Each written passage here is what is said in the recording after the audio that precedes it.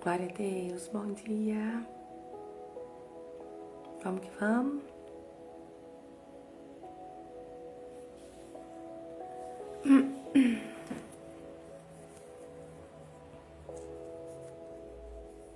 Bom dia, Maíra.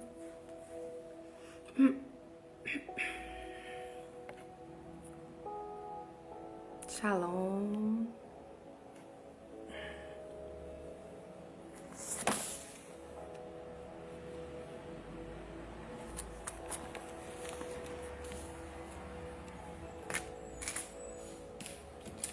Gleice, bom dia.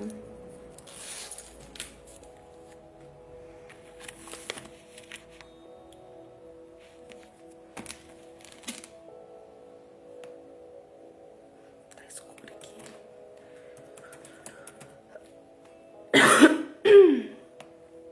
Então vamos lá, né? Pai, obrigada por esse dia, Deus, que estamos na Tua presença. O Senhor tem cuidado de nós em todo o tempo. É a nossa companhia diária, como nós chamamos, Deus. Que Espírito Santo, o Senhor tenha liberdade agora para falar aos nossos corações tudo aquilo que é da Tua vontade, Teu desejo, para que venhamos crescer em nome de Jesus. Que a Tua palavra possa fixar em nós o nosso desejo, Pai. Tem liberdade. Obrigada pelo cuidado, obrigada por esse dia que se inicia na Tua presença, como nós chamamos, Pai, como nós chamamos. Obrigada por ser real e vivo em nós. Em nome de Jesus, amém e amém.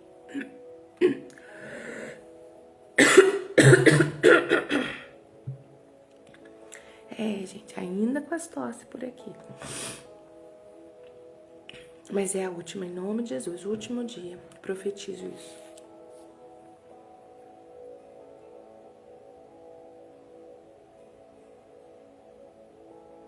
Então vamos lá. Cadê aqui meu celular? Meu negócio aqui.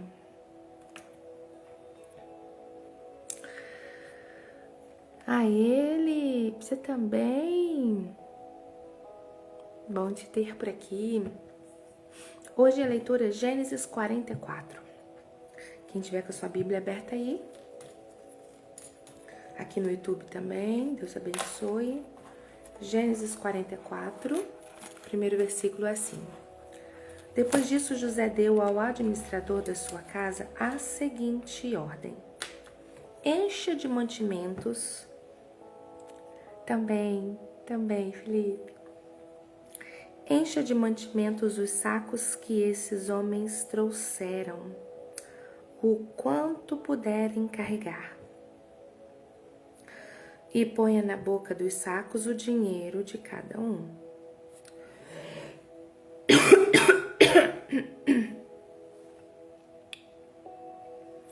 Então vamos lá. Enche o máximo que conseguir. Coloca na boca dos sacos o dinheiro de cada um. E na boca do saco de mantimentos, que pertence ao irmão mais moço, ponha o meu copo de prata. Junto com o dinheiro que ele pagou pelo seu mantimento. O administrador fez tudo como José havia mandado. De manhã, bem cedo, os irmãos de José saíram de viagem com os seus jumentos. Quando eles já tinham saído da cidade, mas ainda não estavam longe, José disse ao seu administrador: vá depressa atrás daqueles homens e quando os alcançar, diga o seguinte: por que vocês pagaram o bem com o mal? Porque roubaram o copo de prata do meu patrão. Ele usa esse copo para beber e para adivinhar as coisas. Vocês cometeram um crime. Quando o administrador os alcançou e disse o que José havia ordenado, eles responderam: por que o Senhor está falando desse jeito? nós não seríamos capazes de fazer uma coisa dessas. Nós lhe trouxemos de volta do país de Canaã o dinheiro que encontramos na boca dos sacos de mantimentos de cada um. Então, por que iríamos roubar prata ou ouro da casa do seu patrão? Se o Senhor encontrar o copo com algum de nós, ele será morto e nós ficaremos seus escravos. Meu Deus do céu! Eles tinham tão certeza, né? Tanta certeza que eles não haviam feito nada, tadinhos. Ah, Senhor. Versículo 10. Então tá bom, eu concordo com vocês, mas só aquele com quem estiver o copo é que será o meu escravo. Os outros poderão ir embora. Então eles puseram depressa os sacos de mantimento no chão e cada um abriu o seu. O administrador de José procurou em cada saco de mantimento, começando pelo do mais velho até o do mais moço. E o copo foi encontrado na boca de saco de Benjamim. Então os irmãos rasgaram as suas roupas em sinal de tristeza. Uau, eu não lembrava dessa parte. Em sinal de tristeza, colocaram de novo as cargas em cima dos jumentos e voltaram para a cidade. Quando Judá e os seus irmãos chegaram à casa de José, ele ainda estava ali. Ele se ajoelhou. Achei que ele tivesse seguido viagem, mas eles voltaram então, para falar com José. Quando Judá e os seus irmãos chegaram à casa de José, ele ainda estava ali. Eles se ajoelharam na frente dele e encostaram o rosto no chão. Aí José perguntou: por que foi que vocês fizeram isso? Vocês não sabiam que um homem como eu é capaz de adivinhar as coisas? Aí Judá respondeu: Senhor, o que podemos falar ou responder? Como podemos provar que somos inocentes? Deus descobriu o nosso pecado. Aqui estamos e somos todos seus escravos, nós e aquele com quem estava o copo. Aí José disse: de jeito nenhum, eu nunca faria uma coisa dessas. Somente aquele que estava com o meu copo é o que será o meu escravo.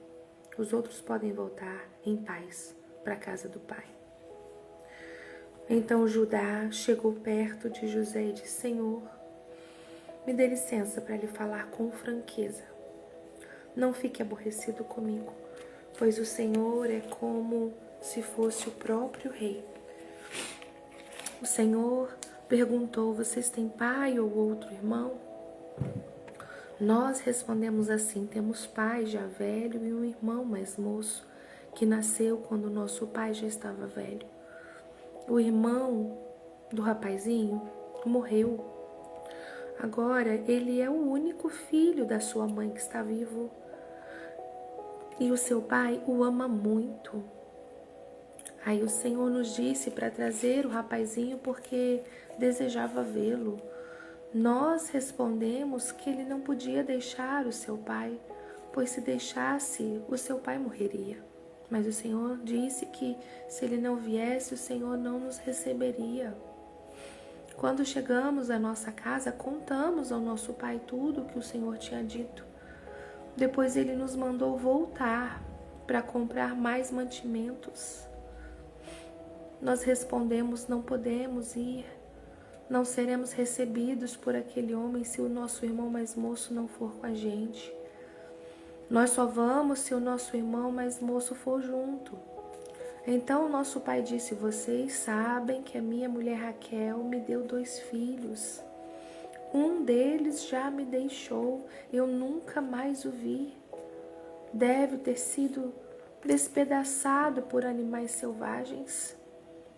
E se agora vocês me tirarem este também, e alguma desgraça acontecer com ele, vocês matarão de tristeza este velho. Agora, Senhor, continuou Judá, se eu voltar para casa sem o rapaz, logo que o meu pai perceber isso, ele vai morrer. A vida dele está ligada com a vida do rapaz, e nós seríamos culpados de matar de tristeza o nosso pai, que está velho. E tem mais, eu garanti ao meu pai que seria responsável pelo rapaz. Eu disse assim a ele: se eu não lhe trouxer o rapaz de volta, serei culpado diante do Senhor pelo resto da minha vida.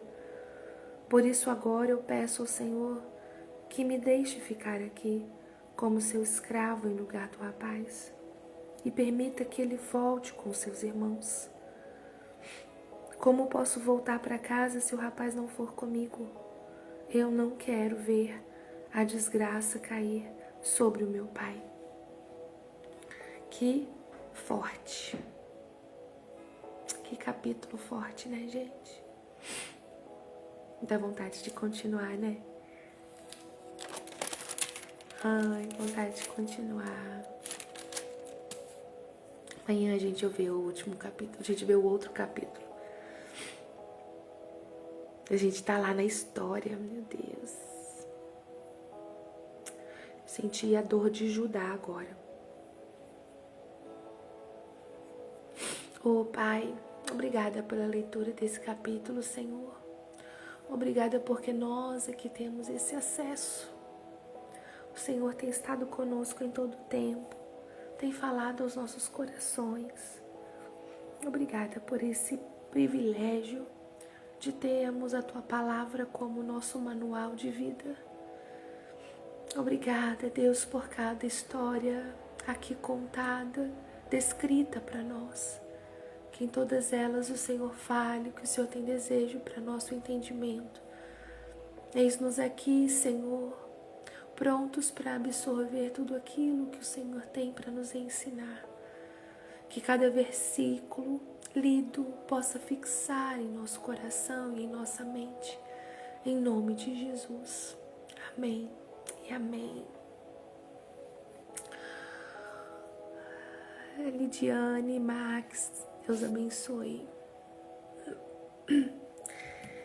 Que capítulo forte.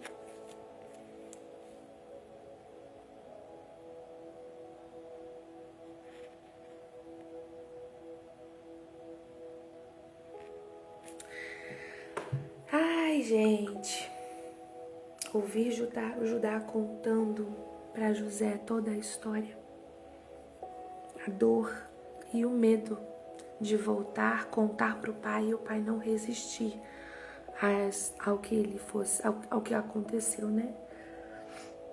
Pela idade, pela tristeza.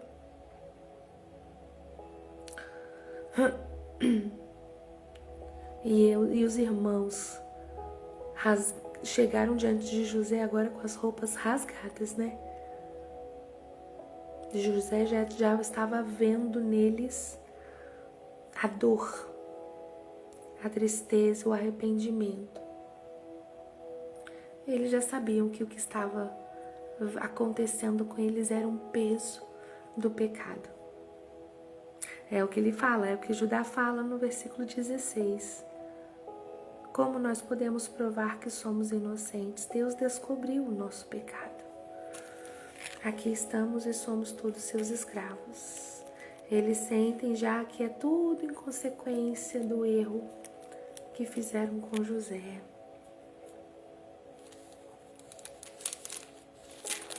Que forte. Na Bíblia de Estudos, o primeiro comentário, vamos ler aqui. Eu amo os comentários dessa Bíblia. 43, capítulo 43, diz assim, o primeiro versículo: do mesmo modo, a grande tribulação que está por vir. Não, é 44. Eu quero ler o comentário do 43 de novo. Ai, Senhor. 44. Versículo 4 tem um comentário assim, olha. Para o leitor casual, pode até acreditar que José está atuando de uma forma áspera com respeito a este episódio em particular. Entretanto, devido à enormidade do pecado destes irmãos, com a exceção de Benjamim, José tem que assegurar-se de que eles seriamente se arrependeram genuinamente em seu coração. Versículo 6. Sem dúvida, José havia dito ao homem exatamente o que ele devia dizer aos seus irmãos. No versículo 9, eles têm razão e também estão equivocados. Tem razão em que eles não tinham roubado a taça, mas estavam equivocados em que não estava em nenhum dos sacos. Versículo 10. O mesmo administrador que lhes tinha saudado anteriormente está diante deles agora. Quanto à taça que está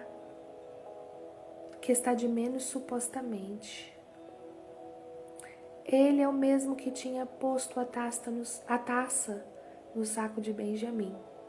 Por isso ele sabia exatamente onde se encontrava.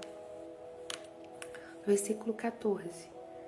A detenção de Simeão por José e depois de Benjamim foi habilmente articulada para comprovar se eles estavam indiferentes ao clamor do seu irmão cativo e às lágrimas de um pai de luto.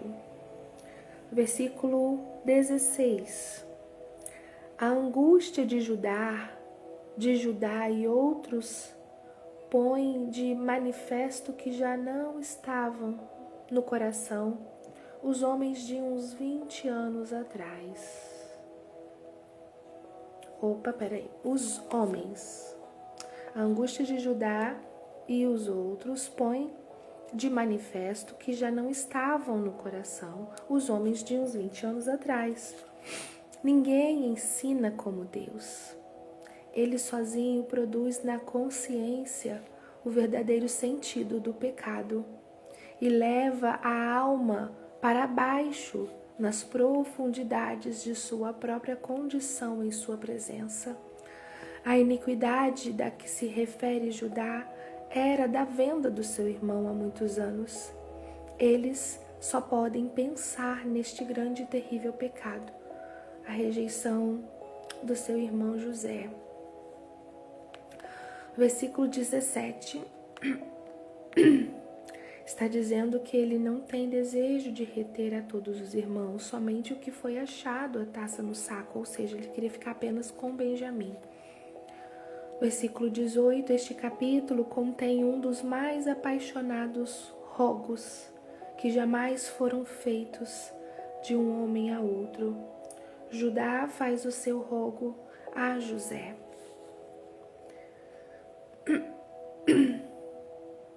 E assim terminam os comentários do capítulo 44. Ele expõe Judá quando fala com José.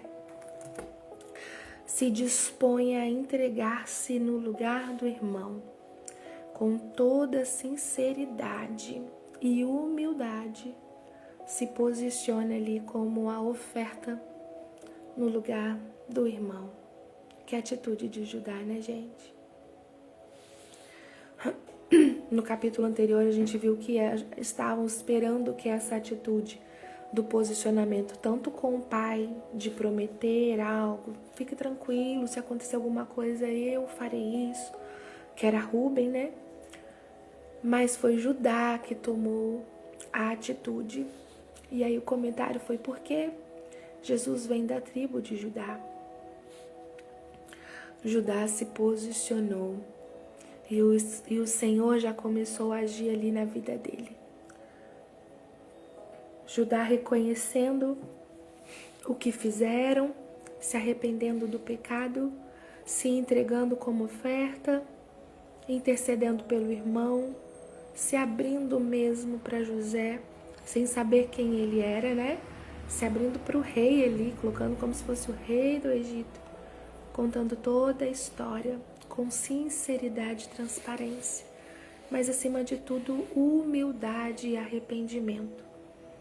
Foi o que tocou o coração de José, concretizando que eles não eram mais os mesmos, não eram aqueles invejosos, briguentos, capazes de matar um irmão, vender, desfazer dele, mentir brutalmente para o pai, sujando a roupa do irmão no sangue de um animal para que o pai achasse mesmo que tinha sido morto.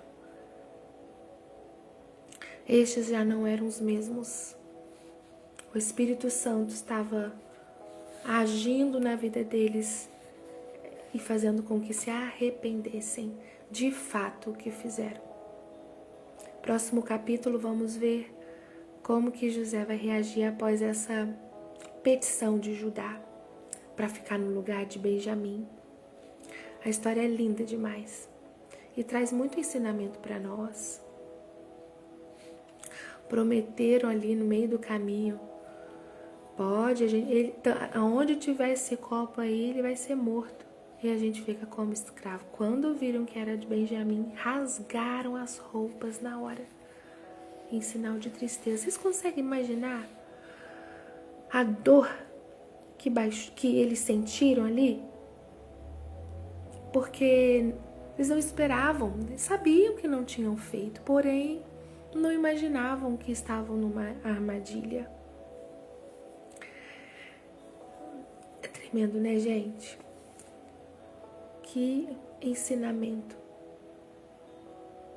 Como podem ver, ainda estou um pouco rouca, a voz está falhando, mas vai melhorar em nome de Jesus.